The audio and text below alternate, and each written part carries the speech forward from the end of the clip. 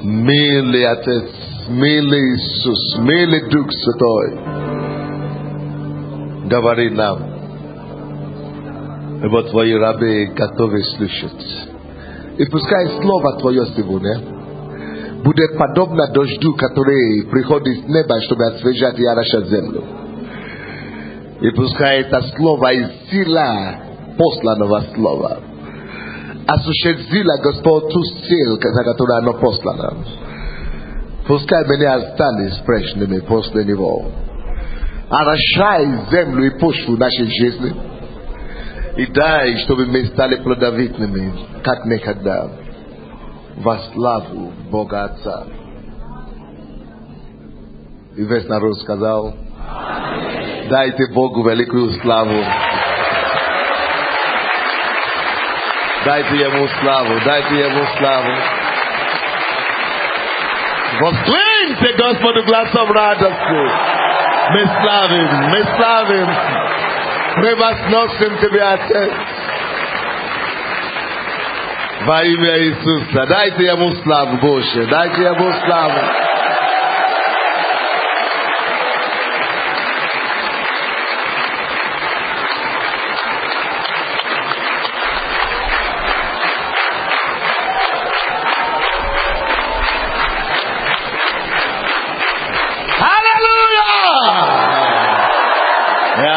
Слава Господу, спасибо.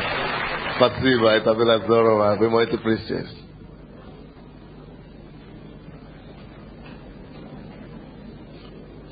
Я проповедую сегодня днем. И я ожидал, что сегодня будут в основном люди, которые свободны, которые не работают, может быть, или которые служители полного времени. Но я вижу, что ангар почти полный, тоже полный, как вчера. Здравствуйте. Будьте благословенны. Вот кто-то сейчас махает мне рукой. Вот пока вы махаете мне рукой, Господь исцеляет ваши пальцы. Эти пальцы прямо сейчас упрямляются во имя Иисуса. И эти всякие боли, которые там мучают вас, прекратятся навсегда. А также другая женщина, которая там сидит. Вы видите, что у вас проблема с этой спиной, да? Вы получаете исцеление прямо сейчас. Будете исцелены во имя Иисуса. Но другой человек там сзади, у вас проблема с ногой. Особенно левой ногой. Просто примите ваше исцеление. Рука Божья прикасается к вам. Слава Тебе, Господь. Просто радуйтесь все в зале. Благодарите Его. Есть женщина там. Есть женщина там, которая очень сильно похудеет. И у вас не получается похудеть. Но ложите руку на сердце себе сейчас. Господь поможет вам. И через год вы засвидетельствуете об этой чуде. И славьте Господа. Аминь.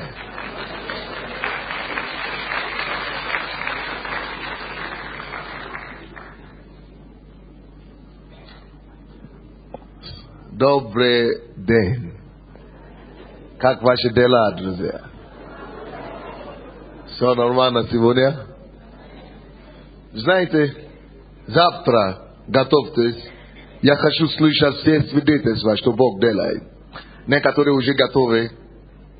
Но сегодня я буду проповедовать пока. Аллилуйя.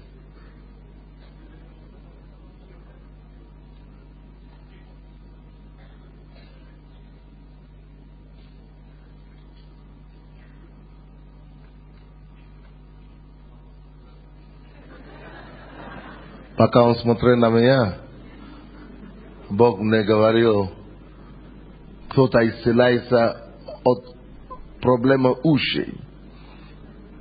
Кто это бенебело, положите руку на себя. Именем Иисуса. Я повелевал всяким глухим ушам, которые еще не открылись. Дьявол, дух глухоты, во имя Иисуса.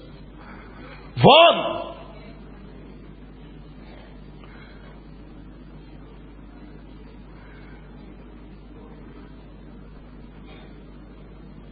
Все слышанные аппараты. Начните слышать и восстановиться все. Во имя Иисуса. Сверхъестественное восстановление, операция внутри кости, внутри мозга. Вот, завтра напомните мне кто-нибудь. Либо я буду 2 раза проповедовать, либо с утра, либо днем, либо вечером. Я хочу послушать то, что Бог уже сделал. Потому что, когда мы вот так молимся и говорим слово, пока люди не выйдут, чтобы сказать, что Дух Святой делает, это все похоже на шоу. Но мы увидим это завтра. Аминь. Откройте, пожалуйста, со мной Евангелие от Луки.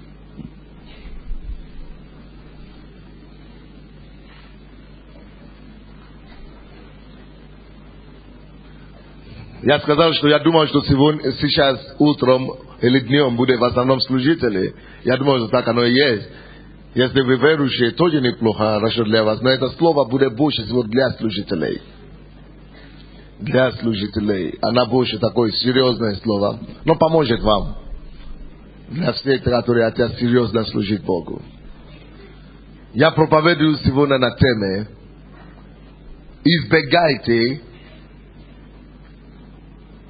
избегайте как паденного христианства. Не поняли, да? Паденный, artificial Christianity. Flee artificial Christianity. Паденное христианство, то есть фальшивое. Падение, но не я хочу использовать слово фальшиво, это не то. Вот именно слово.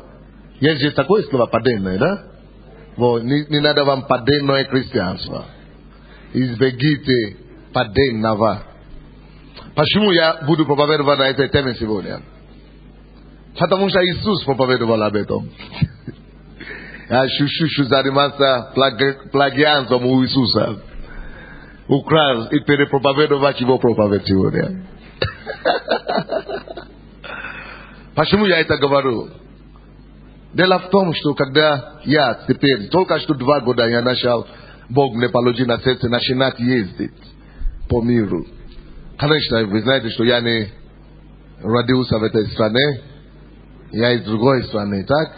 Так что не совсем то, что я не знаком с обстоятельством мира.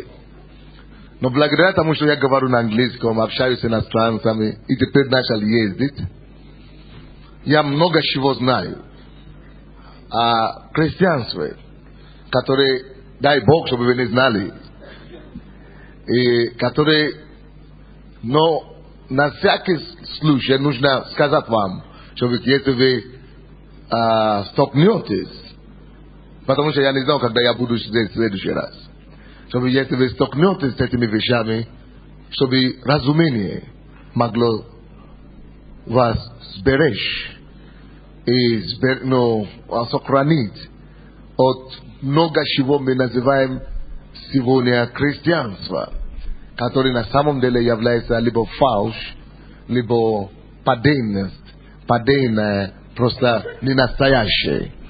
И это, к сожалению, везде. И моя самая большая трагедия христианства сегодня заключается в том, что слишком много проповедников, которые проповедуют Христа, на самом деле не знают чего. Это моя боль. И это наше общее христианство. Наша общая трагедия. Но я знаю очень много людей, и даже так много известных проповедников. Но позвольте мне сказать, что то, что мы известны, я в том числе, еще не знаю, что мы его знаем. Я могу считать пальцах, сколько людей настоящих, кого я бы назвал мужей Божий. ni boche, Duke Palsa. Si все проповедников, которые я знаю, поверьте мне, я знал тысячи и тысячи. Не потому что они грешат, нет. Может, они живут нормально, проповедуют. Нормальные люди. Но мало кто научится знать Иисуса лично, дружить с Ним. Я тоже был таким, чтобы вы просто знали. Я написал об этом книгу. Иисус, которого вы еще не познали, ты еще не познал. Иисус, которого ты еще не познал. Кто не читал? Есть такая. И я был пастором. Большая церковь. Наша церковь была 2000 человек. 2500. Я двигался в дарах Духа Святого. Я проповедовал хорошо. Я пророчествовал. И все получилось не от плоти, от Бога. Но трагедия и то, что правда, которая невероятна, но правда, это то, что многие люди мы можем проповедовать Бога о Христе, но не знать Христа. Мы можем исцелять от имени Христа. Бог может использовать нас, чтобы исцелять, благословлять людей, пророчествовать, но не знать Его.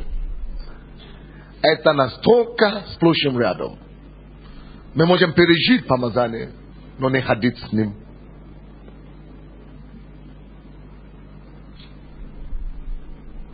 Это другая проповедь чуть-чуть. Я не хочу проповедовать об этом сегодня, но я просто подготовлю почву, почему я буду говорить, о чем я сейчас буду проповедовать. Это реально. Допустим, вы помните, когда после распятия Иисуса, от Иоанна 21 глава, когда они ловили рыбу, помните, да, после воскресения Христа, и подошел к ним один человек и говорит: дети, имеете ли вы что кушать? Они говорили: нет, что мы трудились всю ночь и так далее. И они видели, что шел к ним Иисус. Он говорит: вот туда бросайте. Они бросали туда, собрали. Он кормил, он дал им покушать, они кушали. И никто не знал и не подозревал, что это Иисус. Только потом ученик, которого любил Господь, только он из всех очнулся, мог узнать и познать Христа. Он говорит: это Господь. 7 стих, 21 глава Иоанна. Это Господь. И только потому, что благодаря Ему Петр накинул на себя одежду и прыгнул в воду, чтобы встретить Иисуса. Только тогда они узнали. Вы помните, после воскресения также Христа, о чем я говорю? Он кормил их, дал им кушать, они получили от Него благословение, но не знали Его. То же самое сегодня. Наши церкви наполнены людьми, которые получают от Христа каждый день разные благословения, но не могут ходить, не знают Его лично. То есть, они верят, но таким, как будто он где-то на небе далеко. Но я говорю о другом уровне познания Христа. Когда я могу говорить, что я Его вижу каждый день, я держу с Ним руки, я обнимаю Его, я слышу Его голос, я дружу с Ним реально, как с вами, как муж без дружит с женой. Вот об этом я говорю. И потому что, допустим, когда эти люди шли на пути в Эмаус, вы помните, да? Иисус шел вместе с ними рядом. Он рассуждал с ними. Рассуждал по Писанию даже с ними. Эти люди Ему проповедовали. Что ты что, не знал, что произошло в Иерусалиме? Что был муж, который Бог послал и так далее. Проповедовали Евангелие самому Христу и не знали Его самого. Это аллегория. Это не просто история, что шли в Эмаус. Не. Это факт жизни. И это не случайно Бог это опечатал в Библии. Потому что это будет реальность христианства. Люди, которые проповедуют о нем. Даже если бы Христос появился, они бы ему сейчас же, тоже бы сами бы делали. Проповедовали бы ему, убеждали бы его, и не узнали бы, что это он. Разные вещи. Быть одарованный Христом, использованный Христом и знать Христа. Может быть, однажды Бог мне даст ваш край приехать еще один раз. И сделаем семинар или учение об этом. Но благодаря тому, что я знаю, поэтому я хочу проповедовать эту проповедь, чтобы, может быть, это вам поможет сохранить ту версию христианства, который обрадовал бы Иисуса. Поэтому я проповедую на эту тему. Как я назвал ее сегодня? Как? Избегайте поддельного христианства. Откройте со мной, пожалуйста, Евангелие от Луки. 16 глава. Евангелие от Луки. 16 глава.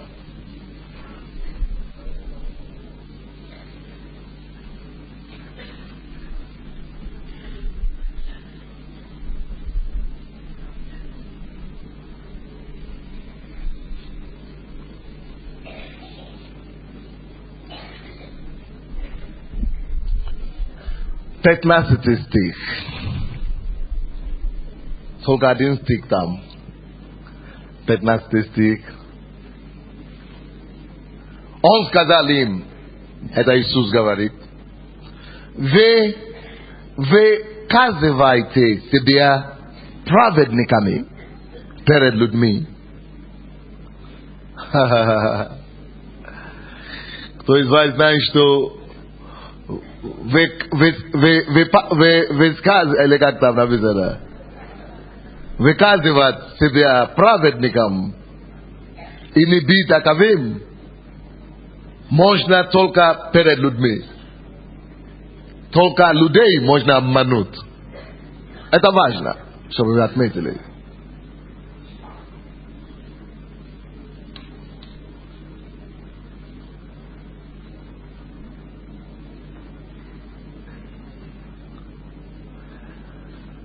Вы выказываете себя праведниками перед людьми.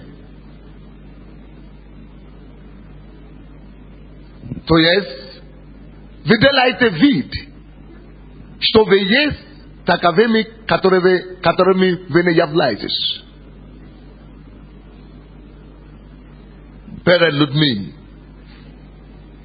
Однако, Бог вас видит по-другому, со своей стороны. Если у меня есть стремление в жизни и задача, внутренняя задача, вы знаете, есть задача для церкви, есть задача для себя, есть задача для семьи, есть задача для служения, да? Если у меня есть личная задача, всегда, моя личная задача всегда такая, чтобы всегда быть воспринят людьми таким же образом, как Бог меня воспринимает, как Бог меня видит. Нет секретов, нет тайн. Вот, как вы видите меня, так я и есть перед Богом. Иисус обеспокоился об этом положении.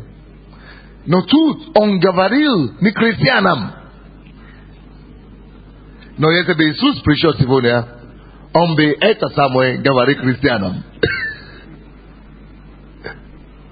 Кто-нибудь понимает меня или нет?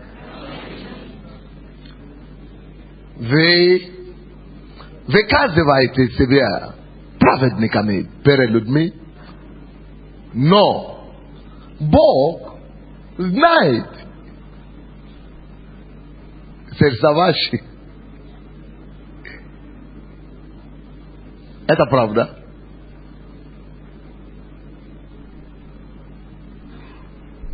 Ты никого не обманываешь на самом деле. Chrome, c'est bien.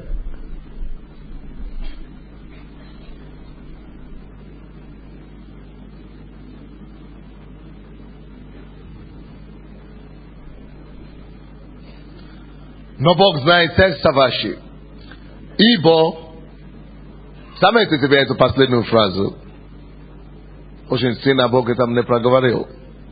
Ибо, что высоко у людей, то мерзость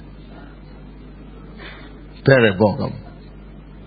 Это трагедия христианства сегодня. Трагедия нашего времени. Особенно харизматического движения. Ибо, что высоко перед людьми. С другой стороны, мерзость перед Богом. Избегайте поддельного христианства. Почему я проповедую об этом? Слушайте меня сюда. Наш мир наполнен армия людей, христианами, проповедниками, которые ищут только в основном быть воспринятыми людьми. Ищут быть известными, знатными,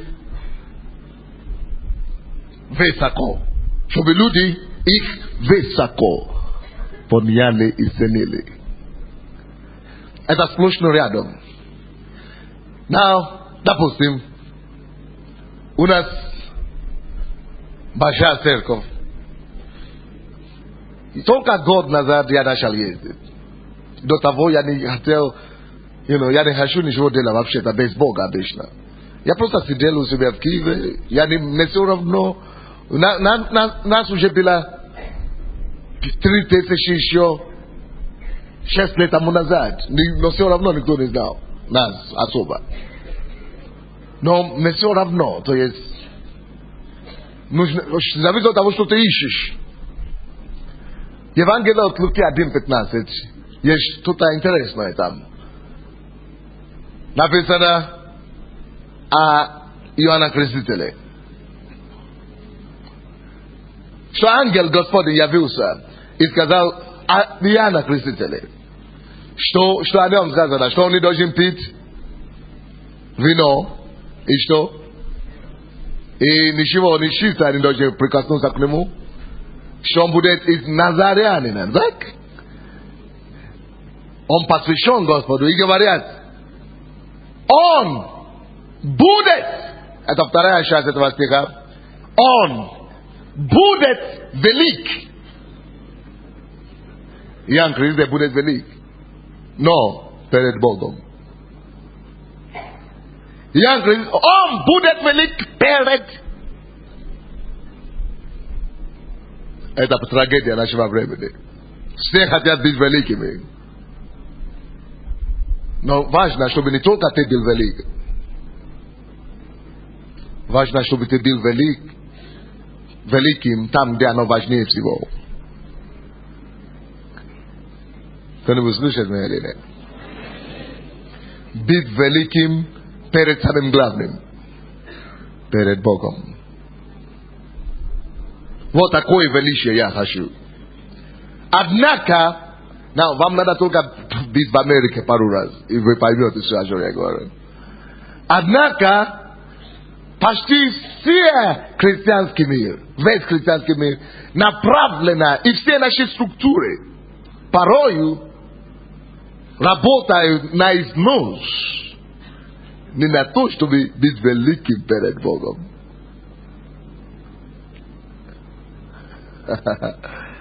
А на то, чтобы быть великим перед людьми.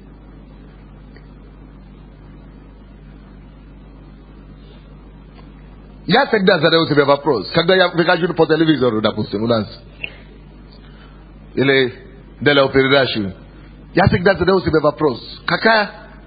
Я проверяю себе, какой мой мотив внутри. Чтобы люди видели, что у нас хорошая аппаратура, или что, потому что у нас действительно хорошая аппаратура сейчас.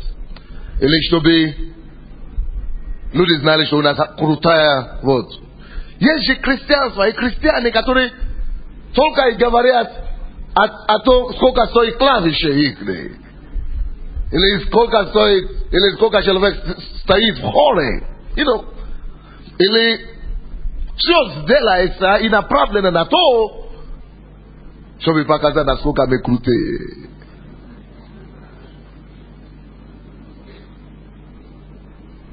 У нас большой ор, может быть, 300 человек. Это ерунда. На клавиши. Я даже не знаю, сколько стоит. Зачем? У нас телевидение. Иногда я поймаю себя на том.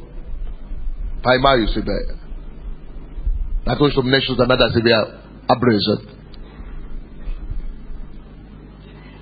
Покорректировать. Чтобы быть угодным перед ним.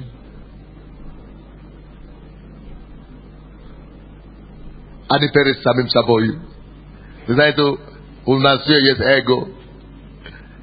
И эго всегда кричит: прославь меня, прославь меня, прославь меня, прославь меня. Вместе прославь его, прославь его, прославь его. У вас его нет, конечно. Вы не заметили за собой, но я за собой постоянно замечаю.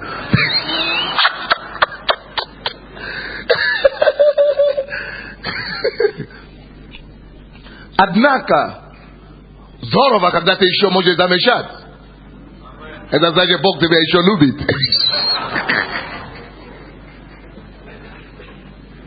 Но когда ты уже не замечаешь, все, похоронен.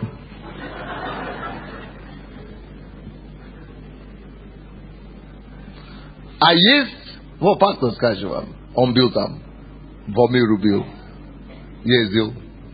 Есть люди, которые просто, они уже даже не замечают ничего. Только они уже принимают некоторые вещи как норма, что так должно быть. Иногда я уединяю с Богом, и я хочу знать его мнение. Я практикую это постоянно. Просто уйти, быть неделю, только один, без семьи, без жены, без детей. Я хочу поймать, что, как он думает о некоторых вещах в мире, которые происходят. А некоторые служители, и я вижу все, как ваш телевизор здесь.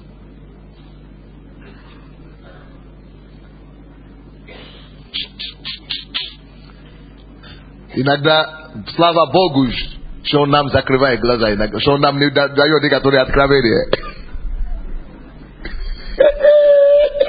А то некоторые из нас бы ушли из церкви давным-давно. А серьезные вещи мы говорим сегодня.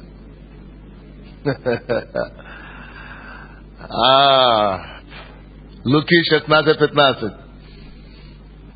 Он сказал им: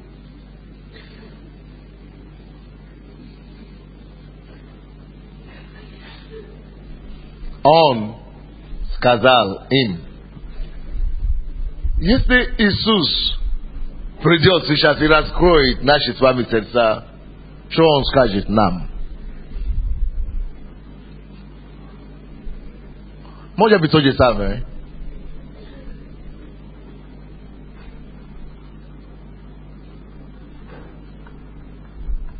Вы выказываете себя праведниками. Может быть, мне скажет. Ты выказывай себя, показывай себя. Галстук на месте, да. Костюм на месте, пиджак, да.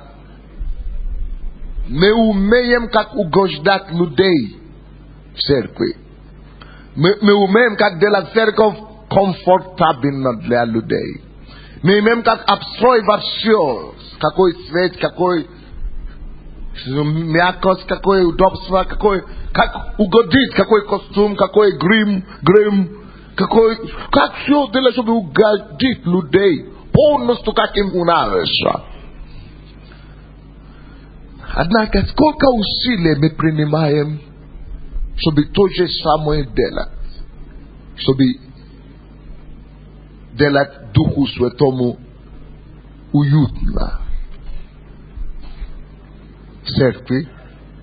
W cerkwiach naszych i w naszych sercach, w naszej życiu.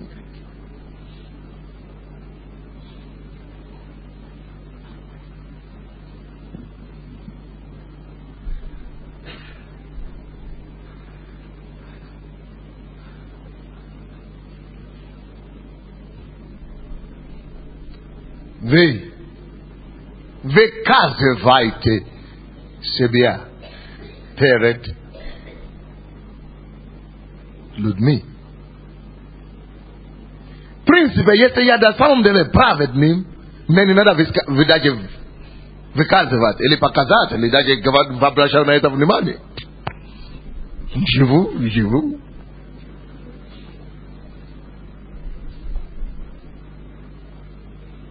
Вы создаете впечатление, хотите, чтобы люди обратили внимание на вашу праведность.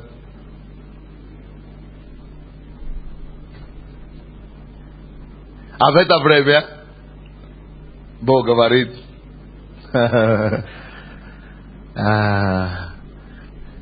что высоко, да, люди могут высоко поставить. Знаете, когда я начал ездить сейчас по миру, я приезжаю куда-то, но я представляю, на Западе особенно, это пастор, откуда даже у них такая статистика, я не знаю. Но может быть это и правда, я может быть не уверен. Но говорят, это пастор самой большой церкви в Европе, 20 тысяч человек. Окей? Или самой большой церкви на Украине, или в СНГ. Это правда, это факт. И меня так начинал сразу уважать. Уважение это нормально. Мы это учим в нашей церкви, я даже писал книгу об этом. Ты и твой пастор. И в нашей церкви очень уважаю помазанников на самом деле. Но я там сидел, я говорю, как очень просто люди могут быть обманутыми. Я могу иметь 20 тысяч человек в церкви, вот так действительно. И люди все могут аплодировать мне, я говорю, что герой, чемпион приехал. Но одновременно Бог будет смотреть на меня и плакать. Что трагедия и позор. Я же мне удалось всех 7 впечатлять и составить уважать меня, потому что я имею успех. А в это время Бог видит, что я и краду церковные деньги, что в это время я и сплю секретарша или с лидером проставления. Но всякое бывает, серьезно. А вы чемпион. 20 тысяч человек. Что высоко.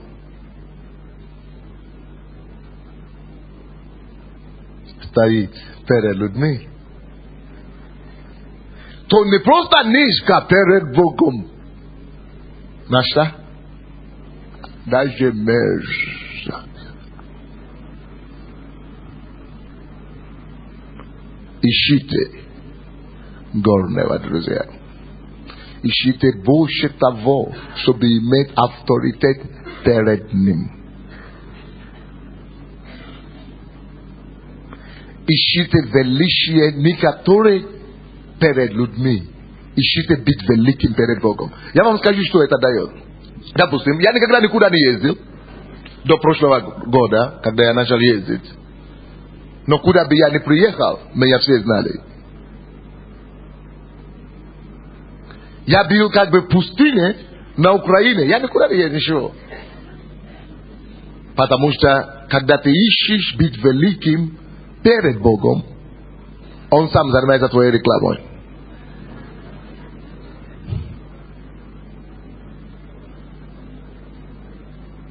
Я сейчас пишу книгу. И я каждые 3 месяца делаю конференции, пасторские конференции для пасторов Украины и Assim, no Europa, Galandi, Germania, Africa America, lui preja passeano. Каждые 3 месяца я делаю конференцию пасторской. И я танцевал его и так. Как быть пастором без слез. И вот я сейчас пишу книгу об этом. Для меня быть пастором это то же самое, что идти в ресторан кушать. Это наслаждение. Просто. Служение это не бремя. Это не тяжесть, это не плащ и рыдание. Это не значит, что у меня нет проблем или атаки в служении. Наверное, столько атак и проблем, которые у меня есть. По крайней мере, в Украине, где я знаю. Если все, наверное, собрать все проблемы других все вместе, наверное, даже не сравнится с теми проблемами, которые у меня были. Именно на Украине, быть пастором там церковь. Но для меня, что быть пастором, это просто проще, чем прочего.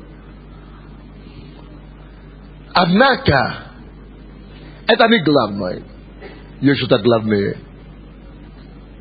Избегайте от падения христианства. Падение христианства это когда я хочу, чтобы меня посчитали люди. Когда я прихожу в церковь, все в порядке. Волос. Все на месте. Костюм. Даже обувь блестит. Как положено. Но там внутри все смердит. Падение христианства. Падение христианства. Когда я прихожу в церковь, и обязательно должен возложить руки на людей, чтобы они обязательно падали, когда на самом деле даже сейчас не помолился дома. Чтобы люди получили впечатление, что я помазанный. Об этом Бог говорит. Я-то знаю, что даже сегодня ты со мной не делаешь. Падение христианства. Падение христианства. Падение христианства. Бегите от него. Знаете, можно иметь 26 человек в церкви двумя способами. И то будет иметь, и другое будет иметь. Можно иметь 23 человек в церкви, либо через благодать и помазание Духа Святого и дела Божьей, либо через publicity и реклама. Реклама и promotions, и как это? Ну, разные штуки. Делает программы, привлекает людей, делает, ну, разные, то есть, делает шумы, разные программы, activities. И действительно, церковь набивается, много людей пришло. Но, а в это время Бог говорит, мерзость.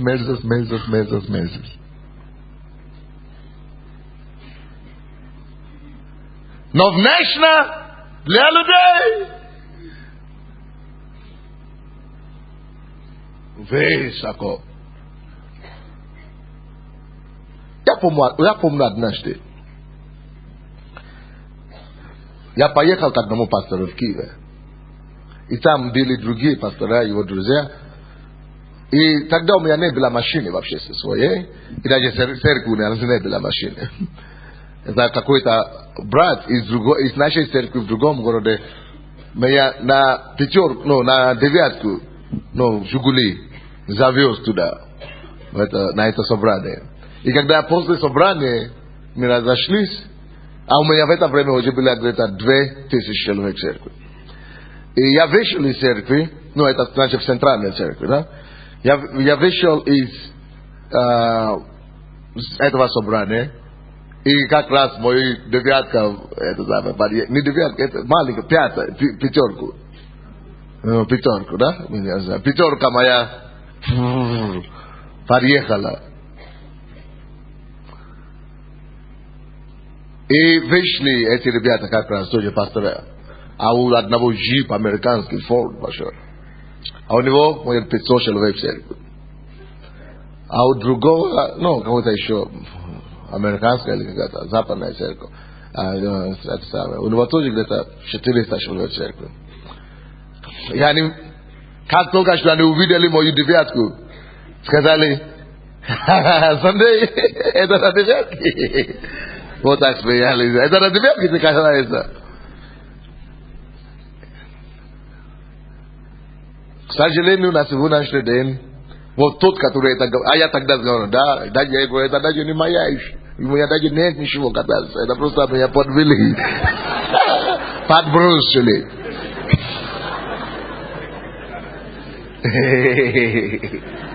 Но внутри себя Дух Святой мне четко говорил: не переживай. И не сравнивай себя никогда ни с кем из них. Пускай, слава Богу, благодари Бога за них и торжествуй. Но для твоего утешения я тебе скажу, он мне сказал одно слово, которое я хранил. Я приехал домой, я жене сказал, я говорю, между нами.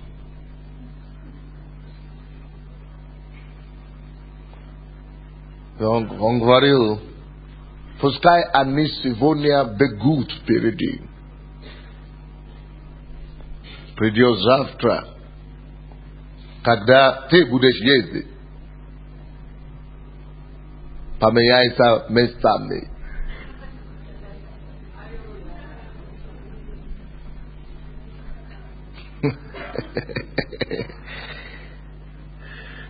Конечно, еще какое-то время церковь того другого пастора, который это сказал, продолжала расти. Тысяча конференция фейерверк, купили еще второй джип.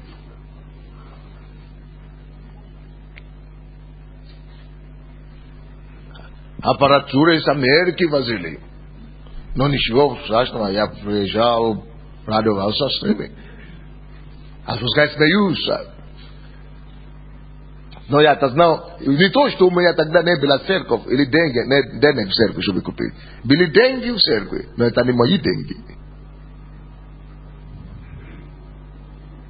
Поэтому я не мог купить себе тогда, потому что это церковный, то есть, короче, свои приоритеты. Написано, что горе земли, когда князья его едят утром.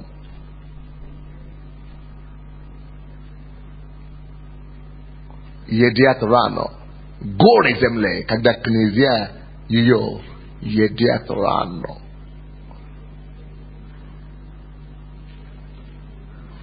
Вы не поняли, не? Ну, где-то Екклесия 9 глава там найдете. Всему свое время. На сегодняшний день, друзья,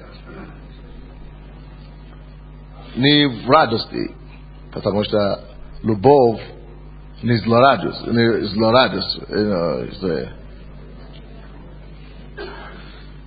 Это человек вообще потерял эту церковь. Его выгнали с позором. Он помогал за них. Но фундаменты не были построены правильно. И приоритеты не были поставлены на нужные вещи. Что высоко перед людьми. Никогда не ищите высокое перед людьми.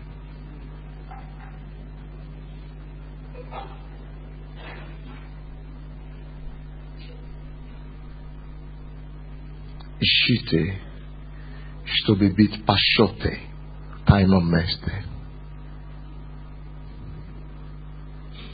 с Ним,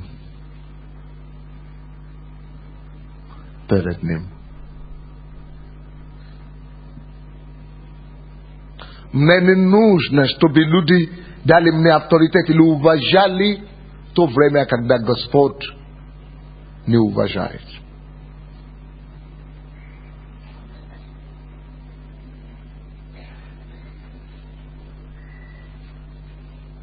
Это беда. Потому что когда ты уже нашумел намного больше, чем авторитет духовный, на который ты тянешь, то и духовное у тебя еще не bil rezervировано это место в духовном мире. Ты еще не завоевал этот авторитет перед Богом, и они уже тебя дали внешне, а потом она тебя просто завалит потом. Проблема.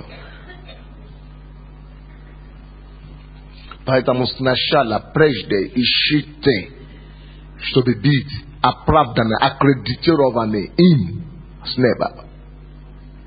Аккредитация небесная, печать. Пускай он дает вам, допустим, если Бог дал мне вот столько авторитет с этого места до этого гитара, до уровня этой гитары. Так? Я не хочу, чтобы люди дали мне авторитет до уровня этого барабана. Не хочу. Лучше я откажусь и останусь там на месте, на уровне гитары пока. Но лучше, чтобы Бог дал мне авторитет на уровне барабана, и люди пока дали до уровня гитары. Тогда я не поколеблюсь никогда. Потому что это становится защитой и крышей. Как вам это сказать? Вот что имеется в виду. Он был великим перед Богом. Это уже дело времени, что вся окрестность Иерусалима, Иудея, прибежали к нему.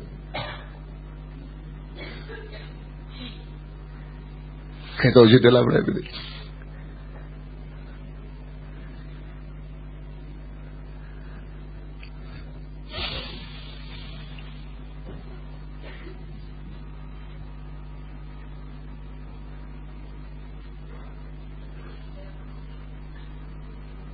Откройте притчи 20.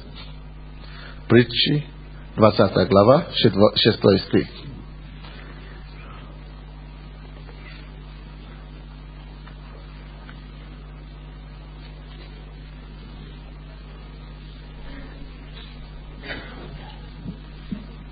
Знаете, то же самое бывает в нашей церкви. Братья и сестры, в прошлом году в нашей церкви Дух Святой так зашел. Ну, у нас было время уединения с Богом, с пасторами. И Дух Святой так зашел, что никто не мог устоять в зале. Все люди начали выходить и рассказывать о своих грехах. То есть такое было помазание пару месяцев у нас. На 2-3 месяца. Все начали свои грехи. Потому что те, которые пытались удерживать их на месте, им от сердца останавливалось. Они увидели, что сейчас я умру. И такое начали наружу выявляться. Пасторы, а не пасторы, все.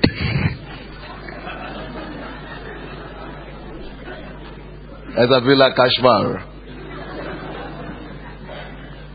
Эй, слушайте, друзья. Слишком много раз, даже в наших церквях, мы воспринимаем людей за верующих только потому, что они делают все, что нами положено считать христианством. Допустим, кто-то пришел в церковь, потому что он уже со всеми тоже в руках плачет, хлопает, со всеми поет и прыгает. Вы думаете, что он в порядке, он активист. Ну, лидер будет. Но на самом деле, то есть высоко перед людьми, мы забыли о том, что не это на самом деле есть признак Божий, не внешность, а сердце. С другой стороны, кто-то другой приходит, не хлопает почему-то, стоит или сидит, не делает так, как у нас принято. У баптистов, пойди, если вы будете прыгать, вы грешники. И хлопать, и прыгать, автоматически вы грешники. Но что Бог видит в это время?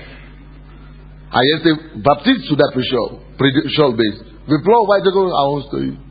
Вы бы тоже думали, что а вам вы на покаяние первый раз, да?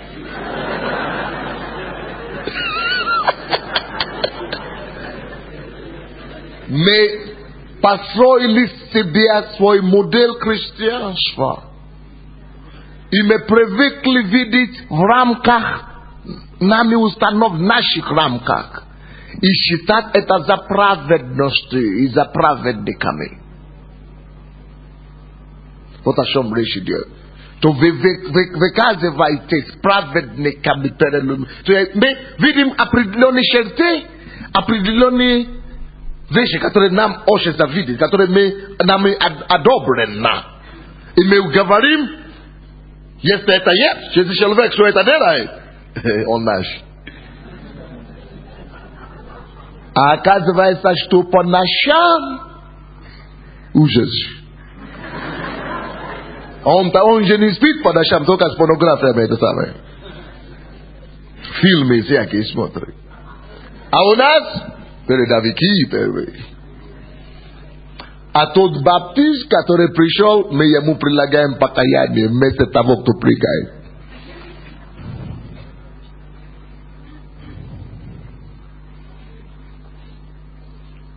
Вот, подлинное христианство — это когда мы видим и мы определенные черты, определенные признаки считаем за Бог. Когда на самом деле он даже там не пахнет.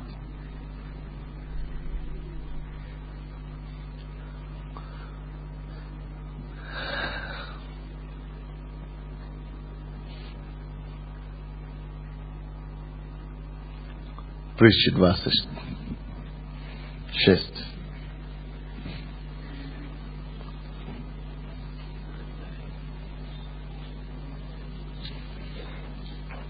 Многие хвалят человека за милосердие.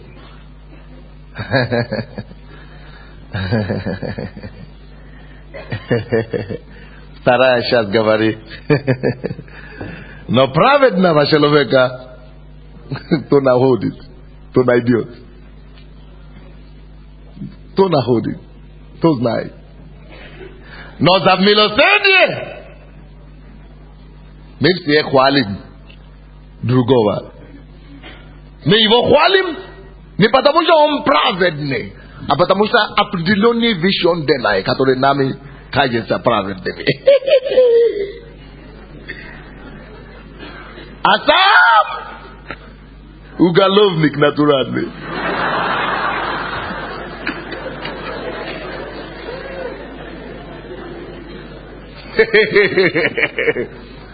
К сожалению, я знал таких уголовников, проповедников немало. Поэтому я и говорю вам эти вещи. Ложат все на полу, служение освобождения направо и налево, а потом сами покажи нам всю ночь.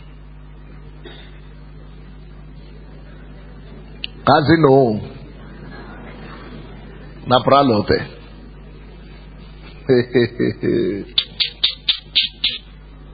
Все хвалят за милосердие его, за то, что он делает. О, аллилуйя! Все говорит, все делает, все, ну, все прав. Он делает все правильно. Как он может быть неправ? Все хвалят за праведность его. Как он может не быть неправ? Если он все праведный, он все говорит праведно, все делает праведно. Вот поэтому некоторые из вас в шоке. Когда вы слышите, кто-то упал, кто-то что-то делает, потому что вы были подлованными или слованными, пойманными паденных или паденном христианстве.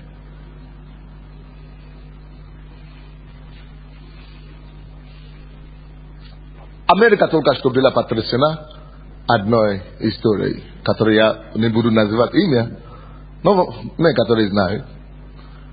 Накануне Нового года, 2 недели назад или 3, вот один из нами всеми уважаемыми Поповедников, если я его назвал имя, вы бы узнали его все, потому что вы все читали его книги.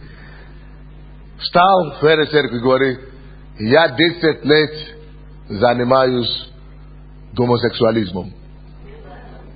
А он учитель всех нас. Не только что блуд с женщинами он переспал, то есть, или что, ну, это, ладно даже, что женщина. А тут еще покруче бывает.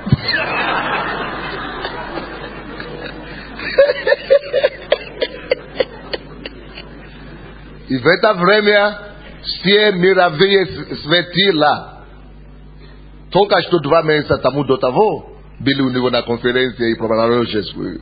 Вот и пророчествовали, вот и светила мира, вот и сами. А он во всех церквях эти ездит и гастролирует. И сразу после служения подловил кого-то в туалете и своим делом занимался и продолжал свое дело. Ну что поделаешь? Плота надо удовлетворить.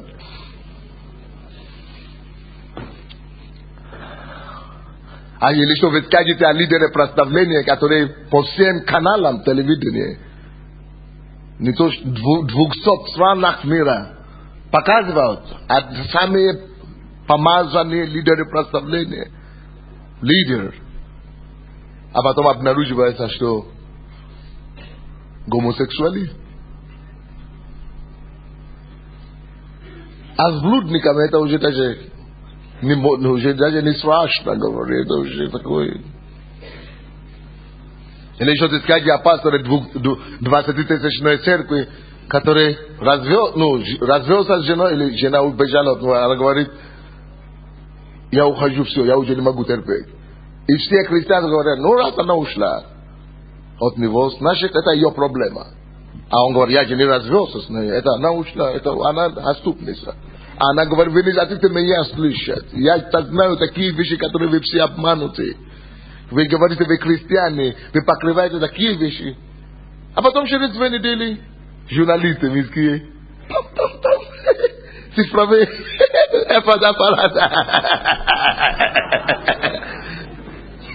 тайны подловили и поймали пастора 20-тысячного церкви Биша. Ну, как это? Биш, ну. Не, Биш, там где, да. На пляже, да, на пляже членом церкви, вы все, ну, как обычно, да? Та сидит на пасторе и, короче, как положено. Как положено в греке пляжа. И эти и на первой странице все. Не то, что он уже расписался, не? За 2 недели он еще не успел. Не будете пойманы в поддельном христианстве. А что вы скажете, это он не успел за 2 недели расписаться. А что вы скажете о другом, который развелся сегодня, еще 3 дня, 5 епископов со всей страны приехали, чтобы зачитывать его в этой церкви. Развелся в пятницу и в воскресенье уже бракосочетание с другой членом церкви. И если я назвал бы епископа и известный проповедник, который приехали зачитывать, вы бы ахнули. Бегите от поддельного христианства. Потому что то, что высоко в глазах людей, мерзость порой перед Богом. Эти люди, которые я говорю, это люди, которые вы мечтаете видеть. Вы живете мечтой с ними познакомиться и слушать, попасть на их служение. То я не говорю о каких-то новичках где-то на угле. Вот почему я никогда не гоню за имен. Не. Пока Бог не откроет, сиди у себя спокойно. Сиди дома, дорогой. Или гастролируй по другим местам. Притчи 26. Многие хвалят человека за дела. То, что видимое, милосердие. То, что видимое, внешнее. Вот у меня вопрос к вам. Как ты оцениваешь твои герои? Поэтому мне жаль, мне плакать хочется порой, когда я обнаруживаю, что все правильно говорим,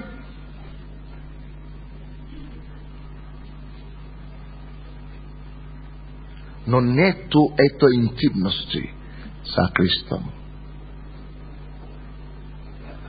Даже порой люди не грешны, не грешат или что-то, но то есть нормальные, но просто им не открыто, но не знаю, как дружить с самим Христом. И это потом поражает. Вот такое падение христианства. А потом кто-то говорит: о, я разочаровался в Боге, я отошел от Бога. Это твоя проблема. Потому что Иисус, Он не был падением. И Он тебе Евангелие дал, не падение.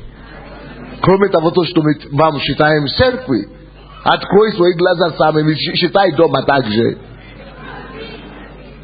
Ты понимаешь, что я говорю? Потому что таможенные бери, христиане, были разумнее других. По какой причине? По какому признаку? Потому что они не только слушали слово, проповедуемыми, даже не Сандея и Максимом, а апостолами. Несмотря на то, что это апостолы Петра и Павла проповедовали им, все равно они возвращались домой и проверяли Писание, так ли оно проповедуется, как написано. Не важно, если даже апостолы проповедовали. Знаете, есть некоторые церкви, где нельзя даже мне проповедовать вот такую проповедь, которую я считаю. Но я все равно проповедую там. Во все места, куда я иду, я проповедую Евангелие. Чистое. Ты можешь меня не пригласить обратно, потому что мне даже не нужно твое приглашение. Всякая поездка для меня это жертва. У меня 20 тысяч как минимум живет в Киеве, чтобы, я уже пропустил, то, что я приехал сюда, я 2 служения уже пропустил. Знаете, что они, как они хотят слушать своего пастора. А ты говоришь, потому что я в Америку приехал. Поэтому, когда я приезжал, я говорю: алло, не делайте мне пожертвования. Потому что я скорее вам дам больше пожертвования, чем то, что вы можете. Я говорю: вы никогда все равно не дадите мне то, что моя церковь мне даст пожертвования. Поэтому зачем мне за это приехать? Они все в шоке такие. Они-то привыкли, что из бывшего Союза приезжают. Проповедовали лишь бы, чтобы надежда, что кто-то соберет, потом пожертвовали. Я говорю, это для недоносчивых. Но Господь уже поработал надо мной, прежде чем даже выехать к вам. Потому что, допустим, наша церковь делает только пожертвования в долларах американских до $100,000 каждый год. В Америку только пожертвования. То, что мы даем. Но сколько тогда, если мы сеем в Америку где-то до 100,000 каждый год, сколько ты тогда не сделаешь? И на твои 2003-5. Поэтому я им говорю, что вот так. Но то, что меня удивляет, вместо того, чтобы ожесточение пришло, может у кого-то и бывает, но наоборот, шантаж бывает.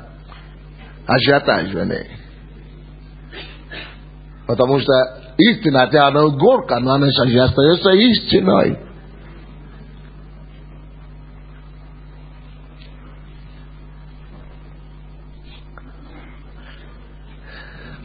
Конечно, мы знаем с вами хорошо первая книга Царств.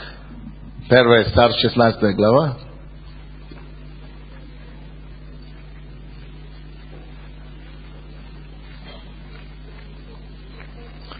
Первый царств, 16,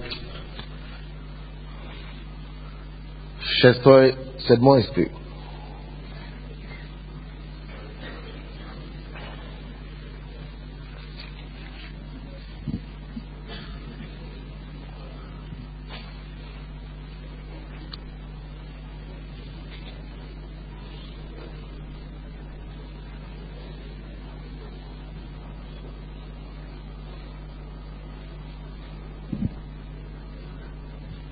Шестнадцатая глава, 6-7 стихи.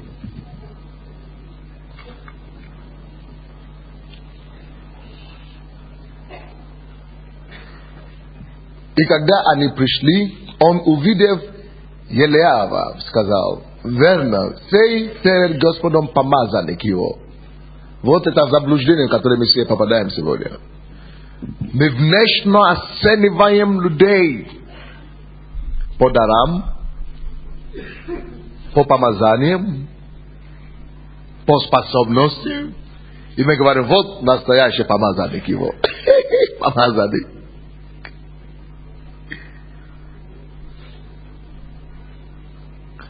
Но когда ты встречаешься с настоящим помазанником, ты это чувствуешь. Ты не можешь сказать, но есть что-то в нем оригинальное, не человеческое, неописаемое, что-то, есть что-то в нем, есть что-то в этом человеке есть. Ты видишь это, ты чувствуешь это. Кроме того, что я вижу, вы можете еще видеть что-то другое, которое невидимое. Кроме того, что вы слышите, вы все еще можете видеть, что кроме того, что я вижу Сандея, но в нем что-то есть, что я еще вижу. Четвертого. Нельзя открыть помазанника. Но тут, говоря, вот помазанник, но это не был помазанник, кого искал Бог. Почему здесь Самуил ошибался? Оценили по внешнему. Все правильно говорит, правильно одет, правильно прыгает, правильно хлопает.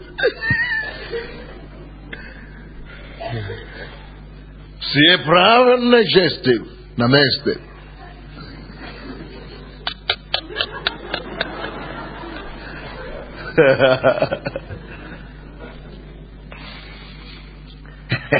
Но 7 стих. Но Господь сказал Самуилу: не смотри. Знаете, однажды я проповедовал в церкви Торонто, там, где скандальный эта церковь. Скандальный для меня положительно, а для некоторых не очень. Но Торонто Airport, там откуда благословение Торонто, если что. И я там проповедовал, и там был такой пастор, тоже проповедовал там, он не пастор, но муж Божий, Раф Небо, может быть кто-то из вас слышал, Раф Небо. Он был здесь, да? Вот. Он там тоже проповедовал. И после моей проповеди, он сидит там, рыдает. А потом он меня вот так взял, и меня повел, мы пошли в комнату с ним, и он плачет, как мальчик, как ребенок. Я говорю, мне так очень это казалось очень сильно, потому что это пожилой человек, который искренне служит Богу, и просто мне нравится его дух, а он плачет. Вы увидите, почему он плакал завтра. Еще больше. Это было после... Каждый день, когда я там проповедовал, он плакал. Но это было после первого дня. Он мне завел в комнату. Начал рассказывать о помазанниках разных, которые он знает. И говорит, когда я вижу тебя, как ты служишь Духом Святым, слово знания, он говорит, за всю мою жизнь христианскую, только 2 человека я видел, чтобы они служили вот так, дарах Духа Святого, и чтобы действительно это был Дух Святой, чтобы все были точны. Потому что вот завтра, когда мы будем служить свидетельство, вы увидите, до деталей и точности, и не промаха, и не загадка. И говорит, в Америке здесь много кто так молится, вот кто-то там, кто-то там, кто-то там.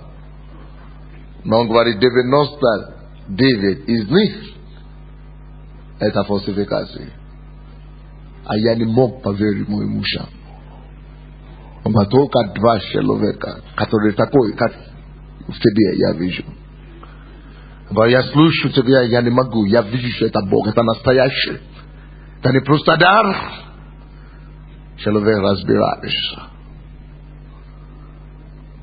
И он начал мне такие примеры, не только об Америке, во всех странах, где он был. Такие он знает многих.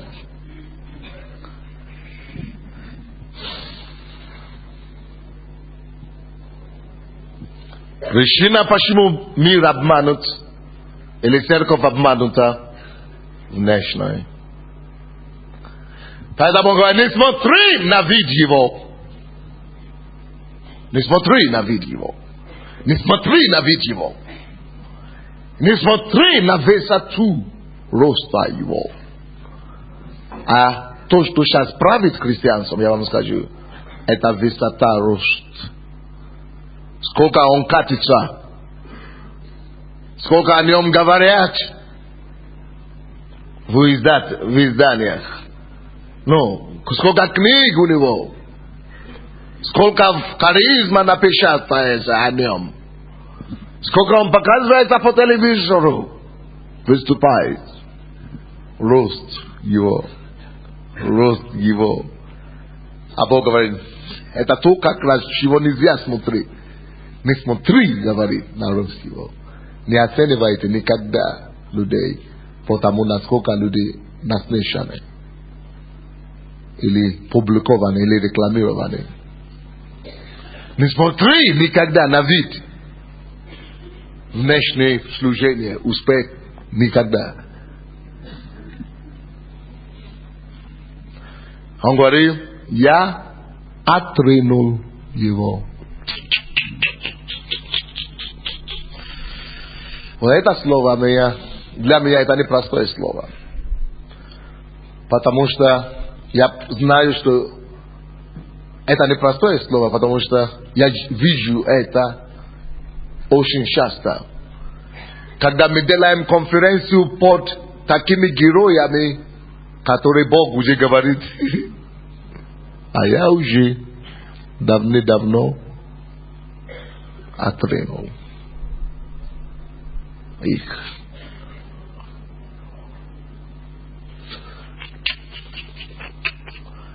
Пускай Бог спасет эту церковь от паденного христианства.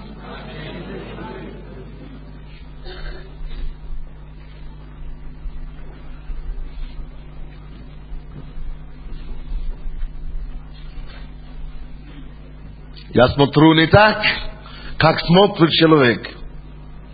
Ибо человек смотрит на лице, а Господь смотрит на сердце. Мы это все это знаем. Но беда в том, что мы еще не научились смотреть, как Он смотрит.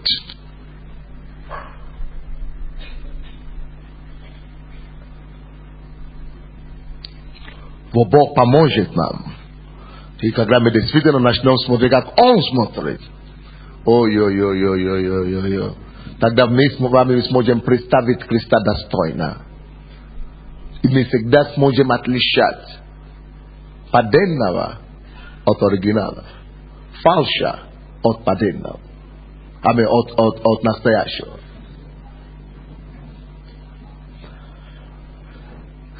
От Луки, откуда мы начали, 16 говорит. Не, давайте откроем другое. Матфея 16.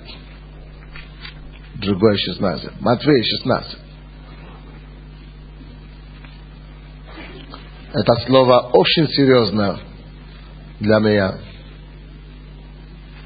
Иметь Большое значение для меня. Матфея 16, 23.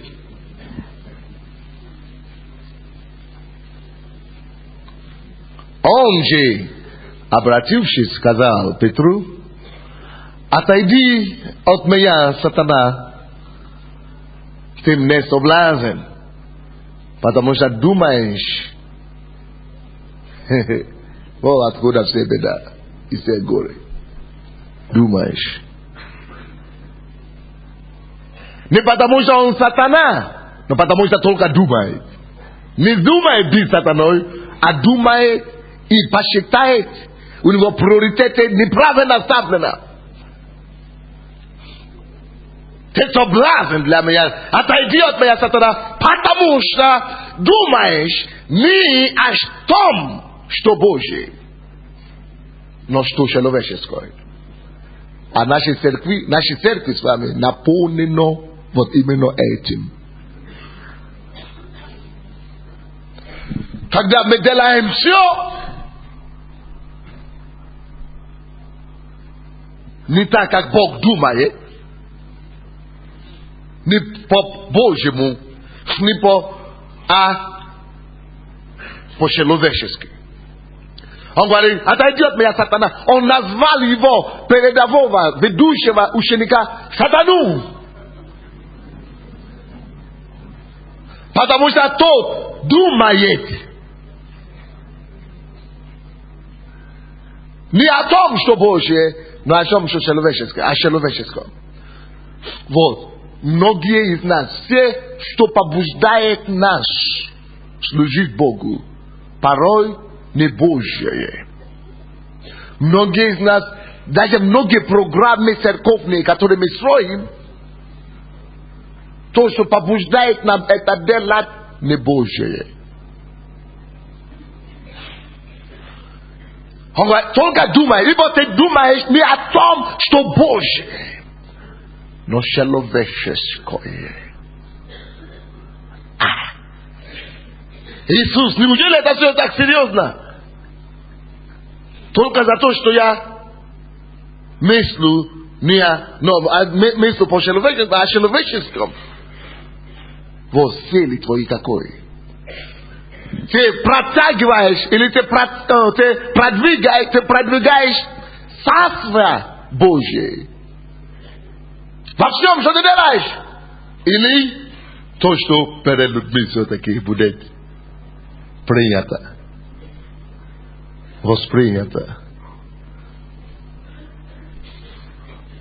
Но принято так. Вот поэтому, когда вы придете в нашу церковь, я делаю некоторые вещи, которые люди думают, вроде бы, это самая настоящая харизматическая церковь, самая горячая. А с другой стороны, зачем ему нужно было эти хор пятидесятнические или что-то такое, или что-то другие вещи, которые мы делаем. Зачем? Вроде бы он такой. Вот, допустим, я написал книгу «Пустыня твоей жизни». Я буду проповедовать подобное завтра. И кто-то говорит: зачем Сандей пишет так? Что Бог может допустить страдания, что Бог может допустить, чтобы человек, что Бог может наказать, что Бог наказывает, что Господь испытывает. И мне один пастор из нашей страны, из Украины, пишет: вот я думал, я буду под вашим покровительством, но сейчас я передумал. Потому что все проповедников, которые мы смотрим по телевизору, говорят, что все испытания и страдания только дьявол дает. А вы пишете в вашей книге, значит, Бог может позволить. Как это так? А я говорю: даже если весь мир это говорит, я все равно говорю, я все равно знаю, что я прав. Знаете почему? Потому что в Библии написано.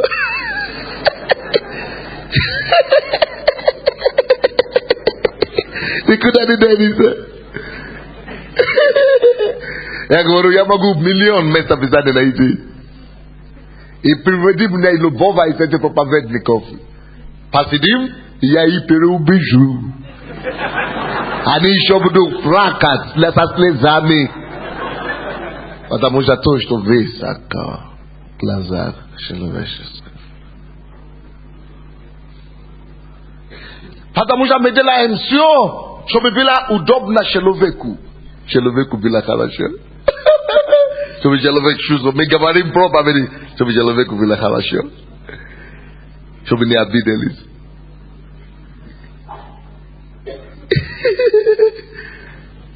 Чтобы человеку было хорошо. И отойди от меня, сатана. Ибо ты мыслишь не о том, не о Божьем, но о человеческом. Человеческое.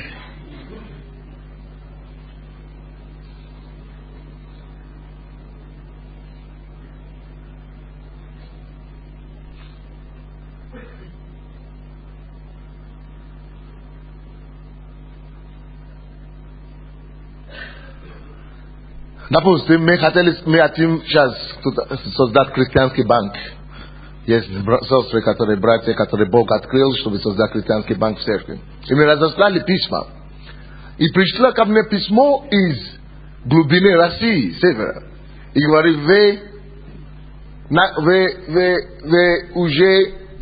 граждане, вы не граждане неба. Небо вам не снится. Вы идете в ад. Как это христианский, до такого додумался создать христианский банк?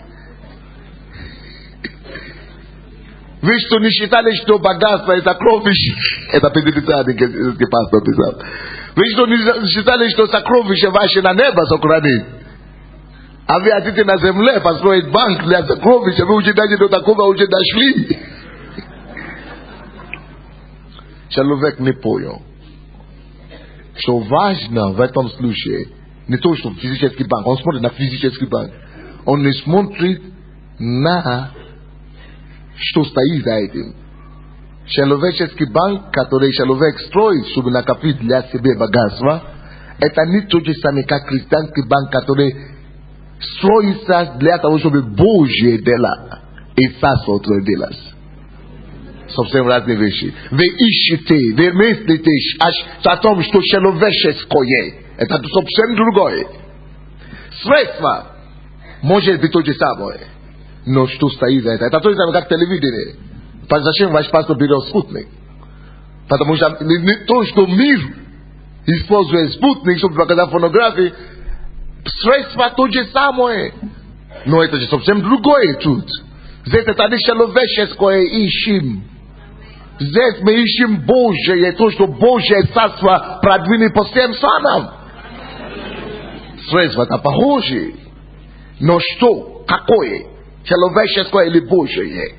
Вашем решили здесь. Он сказал, он же здесь не грешил. Он не, почему он говорит ему, сатана отойдет меня? Он не сказал, потому что ты блудил, ты солгал. Не. Он же никакой грех не сделал. Он мыслил не о Божьем. Он искал не о Божьем, а человеческом. В чем оно выражается? Он сказал Иисусу, Иисус, тебе не надо идти на смерть. Он же как человек, по-человечески хотел помочь ему сохранить ему жизнь. Человечески. Благое дело, вроде бы, чтобы тебя его не убили. А тут Иисус его обозвал сатаной. Вроде благое дело.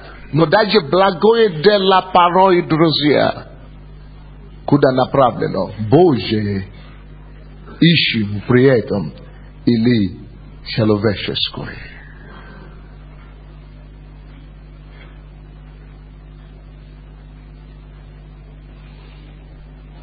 Отойдет меня сатана, ибо ты ищешь и мыслишь не то о том, что Божье, но человеческое.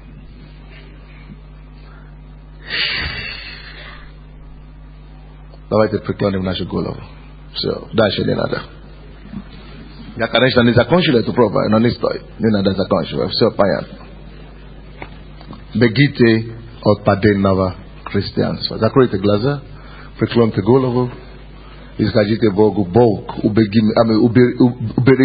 просто избавь меня. Просто разливайте ваше сердце перед Богом. Кому-то надо покаяться где-то. Kamu tanada просто сокрушаться перед Богом. Kamu tanada рыдать. Kamu tanada просить Бога за освобождение. Исправьте свой путь вовремя, чтобы ему не пришлось прийти это сделать. О, а когда он приходит, ой-ой-ой, страшное дело. Страшное дело, страшное дело. Давайте исправим наши пути сейчас, пока он приходит вот таким образом. И скажем ему: Господь, избавь меня от лжи, от обмана, от лицеприятия и лицемерия.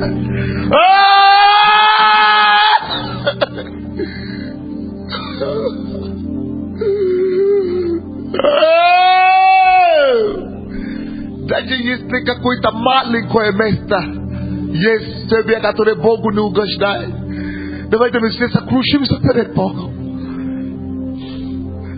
и попросим Его помиловать нас. Помилуй. Помилуй. Мы хотим вернуться в настоящее христианство. Мы хотим вернуться в настоящее первой любви. Всякое коварство пускай уходит. Всякое человеческое пускай уходит. Всякое человеческое угодие пускай уходит. О, Боже! Ощите на тот промысел. Научитесь уделить, собрать драгоценное от ничтожного. Различать. Боже, помилуй нас. Помилуй, Боже, пока не поздно. Избавь, Иисус,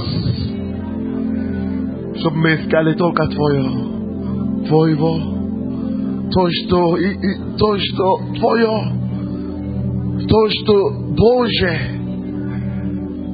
и навсегда отказаться от человеческого. Очисти свою церковь. Очисти свою церковь. Очисти свою церковь. Очисти свою церковь. Кого-то Господь хочет освободить сейчас от похоти. Кого-то Господь хочет освободить от зависимости тайны. Кого-то Господь хочет освободить от извращения в этом месте. Проклинай всякое это дело дьявола, покайся перед Богом. Пускай его кровь сейчас собирает все. Пускай река, поток крови Христа. Всякое тщеславие пускай уходит. Всякая гордость пускай уходит. Всякое человеческое пускай уходит. Пускай приходит настоящее богопознание. Богоискание настоящее. Боже! Помилуй нас, Господь!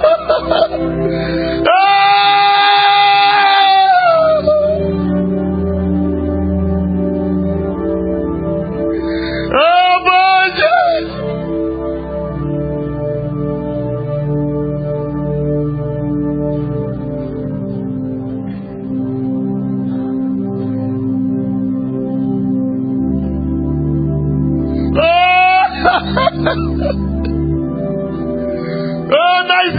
Nas явно, Господь, выложи нас.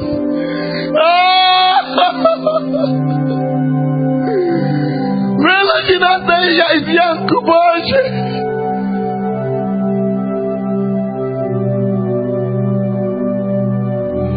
Обой нас внутри, снаружи, внутри. Сделай нас быть Христоподобными. Богоискателями.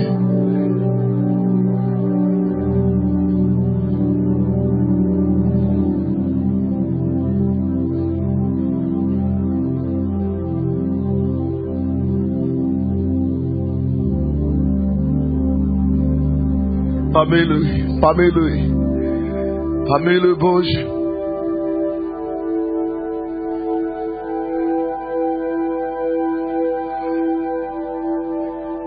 Пока это покаяние и сокрушение сейчас идет, Бог мне говорит, Он исцеляет некоторых людей от тех болезней, от которых все уже молились.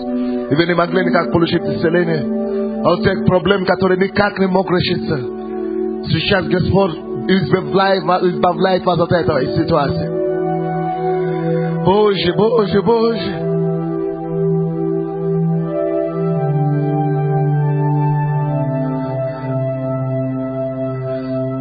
Надо было, конечно, мне сейчас попросить, чтобы мы встали. Именно некоторые куда. Но я не буду. Я не стану это делать. Давайте мы все закроем наши глаза и все положим одну руку на себе. Каждый знает свою нужду. Каждый знает. Он есть сердцевидец. Он есть сердцевидец, дорогой. Потому что то, что высоко перед людьми. Боже. Избавь нас, Господь!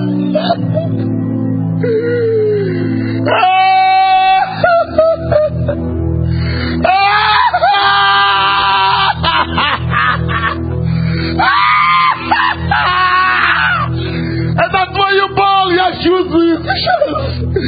Это твою боль, Господь. Это твоя боль. Это твоя горечь, которую ты чувствуешь за твою церковь. За твое дело. Обидя. Помоги нам. Освободи нас, Боже. Мой Иисус. Помилуй. Помилуй. Давайте станем на колено все. Помилуй нас, Господь. Помилуй нас, Господь.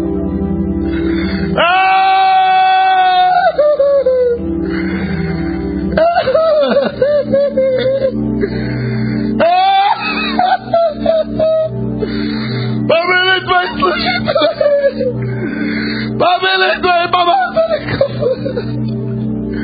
Освободи нас от всякой зависимости, от всякой смертности, от всякого нищенства.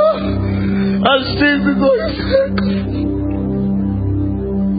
Мой царь, очисти свою церковь. Я умоляю тебя сегодня. Пускай как священное Духа Твоего подует над нами. Священное Духа Святого. Верни нас в исходное место. Всякое лицемерство пускай уходит. Всякое фарисейство пускай уходит. Всякая нечистота пускай уходит. Пускай Твоя кровь больше обмывается от тайны наших грехов. Освободи нас от всякое извращение, похоти, зависимости. Господь, очисти меня, очисти каждого из нас. Сделай нас праведными не перед людьми, а перед Тобой. Перед Тобой. Чтобы Твои служители могли представить Тебя достойно. И чтобы все могли видеть Тебя, Иисуса, каждого из нас. Тебе слава, Тебе хвала, держава и сила.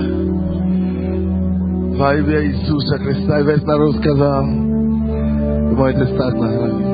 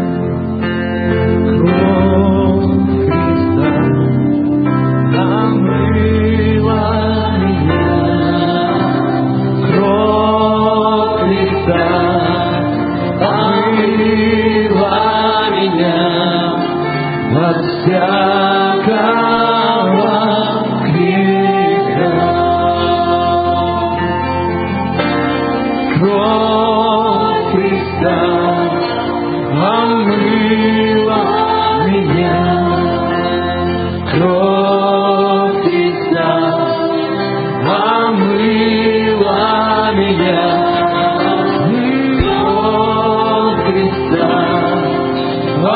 укрыла меня от всякого